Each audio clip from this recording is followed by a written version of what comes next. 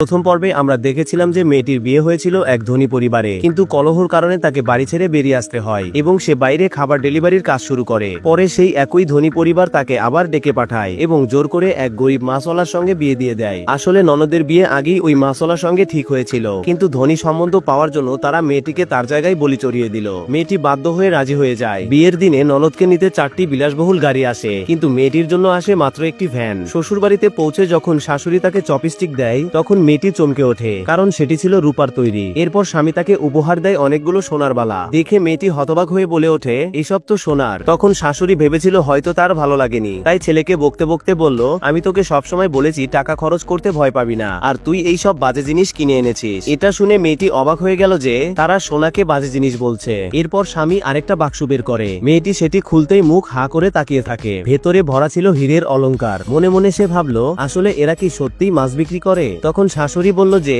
তাদের পরিবার প্রজন্মের পর প্রজন্ম ধরে মাছের চাষ করে আসছে। পরে স্বামী তাকে বাইরে নিয়ে যায় এবং পাহাড়ের ওই পার পর্যন্ত ছড়িয়ে থাকা তাদের বিশাল মাছের সাম্রাজ্য দেখায়। স্বামী একটি ব্যাংক কার্ডও মেয়েটির হাতে দিয়ে বলে, এর ভেতরে কয়েকশো কোটি টাকা আছে, শখ মতো খরচ করো, কম পড়লে আরো নিয়ে নিও। তখনই মেয়েটির বোঝা হয়ে গেল যে ছেলেকে সে বিয়ে করেছে সে কোনো সাধারণ মাছওয়ালাই নয়, বরং শত শত কোটি সম্পদের মালিক, এক গ্রামীণ সাম্রাজ্যের উত্তর অধিকারী। অন্যদিকে ননদ, যাকে ধনী পরিবারে বিয়ে দিয়ে পাঠানো হয়েছিল, সে ভেবেছিল তার জীবন খুব সুখের হবে, কিন্তু বাস্তবে তা মোটেও সহজ ছিল না। একদিন যখন সে শাশুড়ির গা টিপে দিচ্ছিল, শাশুড়ি হঠাৎ তাকে চর মেরে বসে, কারণ সে নাকি ঠিকমতো টিপছিল না। এদিকে যখন মেয়েটি ডেলিভারির কাজ শেষ করে বাড়ি ফেরে, স্বামী তাকে একটি বিলাসবহুল পার্টিতে আমন্ত্রণ জানায়। কাজের পোশাক পরা থাকার কারণে ভেতরে ঢুকেই সে অস্বস্তি বোধ করতে থাকে। হঠাৎ সে দেখতে পায় ননদ ও তার স্বামীও একই পার্টিতে উপস্থিত। ননদ তাকে দেখেই থামিয়ে দেয় এবং ইচ্ছাকৃতভাবে নিজের স্বামীকে বলে, এ তো আগে আমাদের বাড়িতে দাসীর কাজ করত। বলেই সে মেয়েটির হাত থেকে গ্লাস কেড়ে নেয় এবং তার মুখে মদ ছুঁড়ে মারে।